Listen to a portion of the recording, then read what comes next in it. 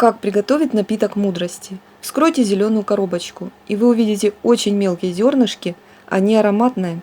Всего одно такое зернышко с мелкими семенами. Заливаю стаканом горячей воды. Настаиваю 20 минут. Получается очень ароматный и насыщенный настой. Потом такой настой добавляю в любой чай из трав, или черный, или зеленый. Приправляю лимоном и по желанию медом.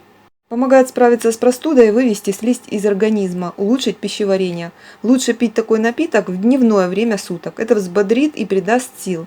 Произойдет естественное оздоровление человека. Настой является естественным сахарозаменителем и помогает контролировать употребление сладостей. К тому же он хорошо сжигает жиры. Кардамон имеет свойство растворять оксалатные камни. Для этого специю используют в различных блюдах, напитках, конечно, в разумных минимальных дозах. Постоянство потребления в маленьких дозах оздоровит организм. В восточной медицине считается, что кардамон помогает удалить из организма слизь, и поэтому его используют при лечении бронхитов, астмы, кашля, простуды. К тому же кардамон улучшает пищеварение и очищает желудочно-кишечный тракт. Царь специй кардамон обладает целебными свойствами и при правильном использовании оказывает благотворное влияние на организм. Кусты используют не только для выращивания ароматной приправы, но и в качестве привлекательного комнатного растения.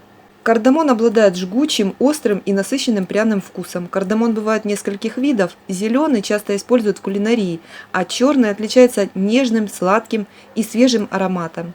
Кардамон укрепляет иммунитет, помогает в борьбе с метеоризмом, останавливает воспалительные процессы внутри организма, стимулирует пищеварение, выводит токсины из крови, улучшает аппетит, помогает ускорить вывод мокрот из легких, восстанавливает артериальное давление, улучшает зрение, устраняет неприятный запах изо рта.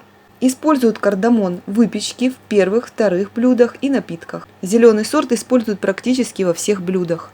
Всем спасибо за просмотр, до новых встреч на канале.